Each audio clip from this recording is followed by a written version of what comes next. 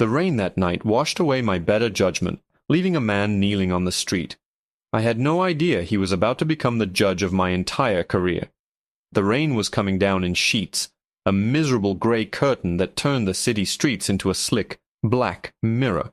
My partner, Dave, was half asleep in the passenger seat, his breath fogging up the window. It was 3 a.m, the dead hour, when the only people out are the desperate or the damned, and it was our job to figure out which was which. That's when I saw it. A brand new Mercedes, the kind that costs more than my house, gliding through the downpour like it owned the road. It wasn't speeding, wasn't swerving, but something about it just felt wrong. Too clean, too perfect for this part of town at this hour. Bingo, I muttered, flipping on the lights. The blues and reds sliced through the rain, painting the night in electric colors. The Mercedes pulled over immediately, smooth and compliant. Too compliant. I hated that. I prefer a runner. It makes the paperwork easier. I grabbed my mag light and stepped out into the deluge, the cold water soaking through my uniform instantly. Dave lumbered out his side, a silent, bulky shadow. I tapped on the tinted window with the butt of my flashlight. The window lowered with a whisper-quiet hum, revealing a man in his late 40s. He was black, wearing a suit that looked like it was tailored by God himself. Not a wrinkle on it, despite the hour.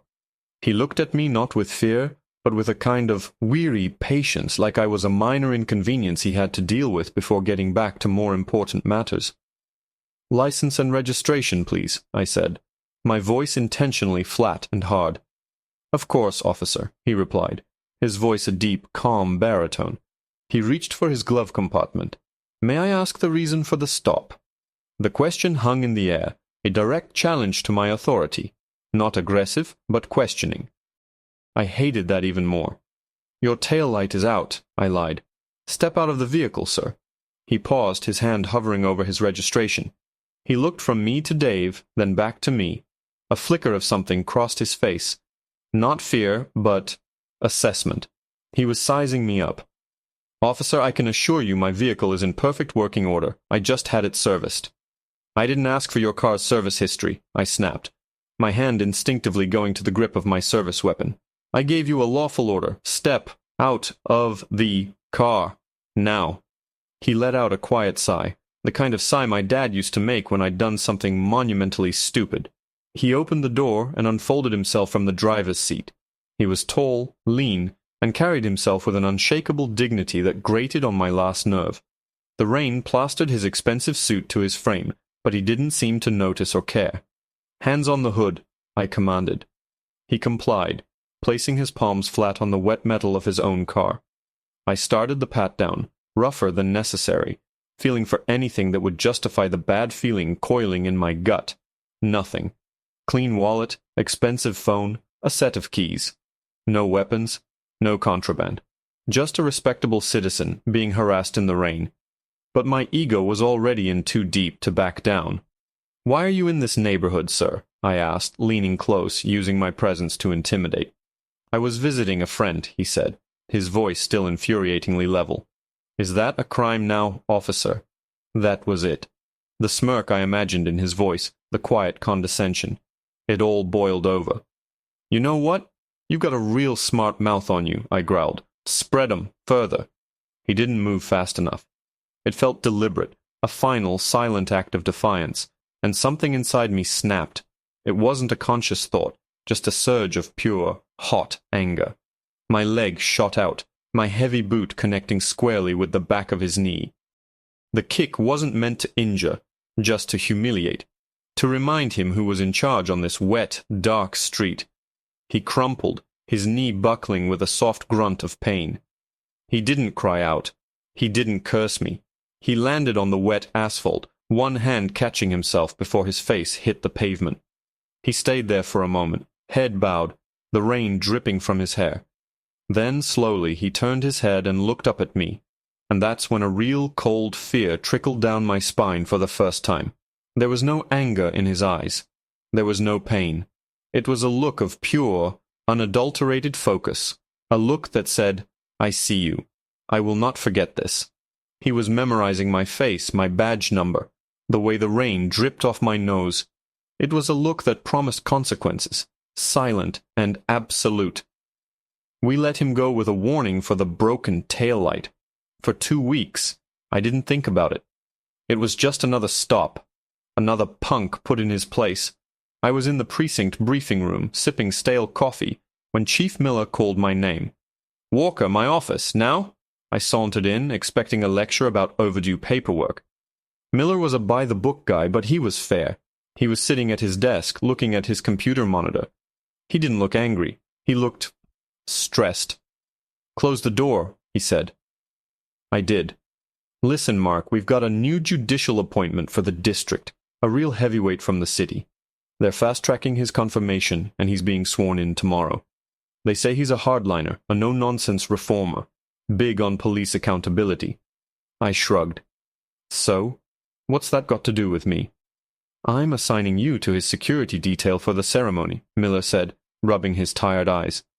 "It's high profile. I need a veteran officer I can trust to be front and center. Good optics." He turned the monitor towards me. "This is him. Judge Alistair Hayes. Memorize this face. You'll be seeing a lot of it." My heart stopped. The blood drained from my face and the lukewarm coffee churned in my stomach. The man in the picture was wearing judicial robes, a gavel resting in his hand, a look of stern authority on his face. The suit was different, but the face, the cold, calculating eyes were exactly the same. It was the man from the Mercedes, the man I'd kicked onto the wet asphalt. I must have looked like I'd seen a ghost. The color drained from the room, and the chief's voice became a distant buzz. All I could see were those eyes, those same eyes that had looked up at me from the filthy, rain-slicked pavement. A cold sweat broke out on my forehead, my dress shirt suddenly feeling tight and suffocating. "Something wrong, Walker?" Chief Miller asked, narrowing his eyes at my reaction. "No, sir, it's just—" I scrambled for an excuse, any excuse. "Sir, with all due respect, I don't think I'm the right man for a high-profile detail like this. Dave, my partner, he's much better with the political types. The handshaking, the small talk. I'm a street cop, sir." Miller leaned back in his chair, his expression unreadable. "The department needs to put its best foot forward, Mark, and despite your methods, you're a damn good cop with a decorated record. This isn't a request, it's an order. The ceremony is at the main courthouse tomorrow. 1,000 hours sharp. Be there, in your dress blues, and for God's sake, get a haircut." I walked out of his office in a daze. The precinct felt alien, the familiar sounds of ringing phones and chatter fading into a dull roar in my ears. I went home, but I didn't sleep. Every time I closed my eyes, I saw his face. I saw my boot connecting with his knee. I felt that chilling, calculated stare that promised a reckoning. This wasn't just bad luck. This was cosmic justice, and it was coming from me wearing a judge's robe. The next morning I stood stiffly against the polished marble wall of the courthouse. The room was packed with the city's elite politicians, lawyers, media personalities, all murmuring in hushed, respectful tones. My dress uniform felt like a costume, the starched collar choking me. I scanned the crowd, my heart hammering against my ribs like a trapped bird. And then I saw him. Judge Alistair Hayes entered the room, and a wave of silence followed him. He moved with the same quiet dignity I remembered, but now it was amplified by the grandeur of the setting and the gravitas of his position. He didn't look like a victim. He looked like a king taking his throne. My eyes were glued to him, waiting for that flicker of recognition, that accusatory glance, but he never looked my way. It was worse than being acknowledged. It was like I didn't even exist, like I was a piece of furniture, a part of the wall he would deal with when he had the time. I stood through the entire swearing-in ceremony, my muscles screaming in protest. I heard the speeches about integrity, about reform, about a new era of justice for the city. Every word felt like a personal indictment. When it was over, a line of well-wishers formed to shake his hand. I was posted by the door, my duty to watch the crowd, but my eyes kept drifting back to him. Chief Miller was one of the first in line. After a moment of conversation, he motioned for me to come over. My feet felt like lead blocks. Every step was a countdown to my own execution. "Judge Hayes," Miller said, beaming with pride. "I'd like you to meet Officer Mark Walker. He's a 15-year veteran, one of my best. He'll be overseeing your security detail personally." Time seemed to slow down. Judge Hayes turned his gaze from the chief to me. The polite political smile on his face vanished, replaced by that same neutral, assessing expression from that rainy night. He extended his hand. I had no choice but to take it. His grip was firm, dry, and cool. His eyes, however, were burning into me, stripping away my uniform, my badge, my bravado, until I felt naked and exposed. He knew. Of course, he knew. "Officer Walker," he said, his voice as smooth and deep as I remembered. It sent a shiver down my spine. "A pleasure. I'm sure I'll be in very capable hands." He held my gaze for a fraction of a second too long, a silent acknowledgement passing between us. He released my hand and turned to his aide. "There's been a change of plans," he announced, his voice carrying easily over the din of the room. "Please inform the motor pool that I won't be needing the assigned driver." He then turned his head back, his eyes locking onto mine again, a faint, unreadable smile playing on his lips. "Officer Walker will be driving me, personally, starting right now. I have a feeling you and I have a great deal to talk about." The ride from the courthouse to his chambers was the longest 10 minutes of my life. I drove the black sedan, my hands slick with sweat on the leather steering wheel. Judge Hayes sat in the back, the silence between us as thick and heavy as a shroud. He didn't look at his phone, didn't look out the window. I could feel his eyes on the back of my head, a silent, relentless pressure. I was a rat in a trap, and he was just enjoying the show before he decided how to end it. When we arrived at the federal building, he didn't wait for me to open his door. He simply got out and said, "My chambers, now." The command was soft, but it carried the weight of absolute authority. I followed him through the labyrinthine corridors, my polished shoes squeaking on the linoleum. Each step an echo of my own damnation. His chambers were enormous, with floor-to-ceiling windows offering a panoramic view of the city I was sworn to protect. A city he now effectively ruled. He didn't sit behind his massive oak desk. Instead, he walked to the window, his back to me. "It's a different view from up here, isn't it, Officer Walker?" he asked, his voice calm. "Down there, on the street, everything is black and white. Us and them. Order and chaos. But from up here, you see the whole city. You see how all the pieces connect." I stood frozen, my tongue stuck to the roof of my mouth. "Sir," I began, but the word caught in my throat. He turned around slowly, his expression unreadable.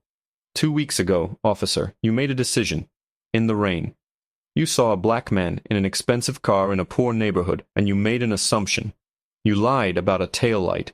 You abused your power. And when my refusal to be intimidated pricked your ego, you assaulted me." He stated each fact without emotion, like he was reading a grocery list. It was more terrifying than if he had screamed. I'm sorry, sir. There's no excuse for—" "Save it," he cut me off, holding up a hand. "I'm not interested in your excuses, officer. I'm interested in your future." This was it. My career was over. Internal affairs, a lawsuit, maybe even criminal charges. I'd lose my pension, my house.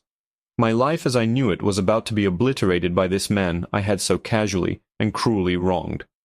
He walked over to his desk and picked up a single, thin manila folder. He opened it. Inside, I could see my own service record. Commendations, citations, a few minor reprimands. My entire professional life, summed up on a few sheets of paper. "I've read your file, Mark," he said, using my first name for the first time. 15 years. A decorated officer. You've saved lives. You've taken drunk drivers off the road. You've comforted victims. You've done a lot of good. But somewhere along the line, you forgot why you do it. You started to believe the badge gives you the right to be judge, jury, and, well, you know the rest. He closed the folder and tossed it onto his desk. It landed with a soft, final thud. "When you kicked me," he continued, his voice dropping an octave, I saw the look in your eyes. It wasn't just anger. It was fear. The fear of a man who feels he's losing control and thinks the only way to get it back is with his boot. He paused, letting the words hang in the air. I could destroy you. With a single phone call, I could have your badge, your pension, and your reputation. I could make sure you never work in law enforcement again. And believe me, for a few days, that's exactly what I planned to do. I braced myself, waiting for the final blow. But what would that accomplish? He asked, almost to himself. The system would chew you up and spit you out. Another bad apple disposed of. The other cops would circle the wagons, and nothing would actually change. The next officer with a chip on his shoulder would do the same thing to the next person who doesn't show him the right amount of fear. He walked over until he was standing directly in front of me, forcing me to meet his gaze. There was no anger there anymore. There was something else, something I couldn't quite place. So here's what's going to happen, he said, his voice firm, leaving no room for argument. You are going to remain as the head of my security detail. You will see me every day, and every day you will be reminded of what you did. But that's not your punishment. That's your education. Your real punishment is this. You are going to help me fix the system you've become a part of. You're going to be my eyes and ears inside the department. You're going to help me identify the officers like you, the ones who are good cops but have lost their way, the ones who can still be reached. You're going to help me build a bridge between the community and the police, not a wall. I stared at him, stunned into silence. He wasn't firing me. He was recruiting me. This is your one and only chance for redemption, Mark, he said, his voice low and serious. You work with me and we can make a real difference. You refuse, and I'll take that folder on my desk and burn your life to the ground. The choice is yours. My mind reeled. It was an impossible choice, a terrifying opportunity. I looked out the window at the city sprawling below, seeing it for the first time not as a battlefield, but as a complex web of lives, a place Judge Hayes saw from above. I thought of the man I had become, the anger and fear I carried with me on every shift. And then I looked back at the judge. I saw the rain-soaked man on the pavement, but I also saw the man offering me a way out, a path back to the cop I had once wanted to be. With a clarity that was both terrifying and liberating, I knew what I had to do. I'll do it, I said, my voice hoarse. Whatever you need, Judge. I'll do it. A flicker of a smile, the first genuine one I'd seen, touched his lips. Good, he said, extending his hand again. Then let's get to work, officer. This time when I shook his hand, it wasn't the grip of a victim or a superior. It was the grip of a partner,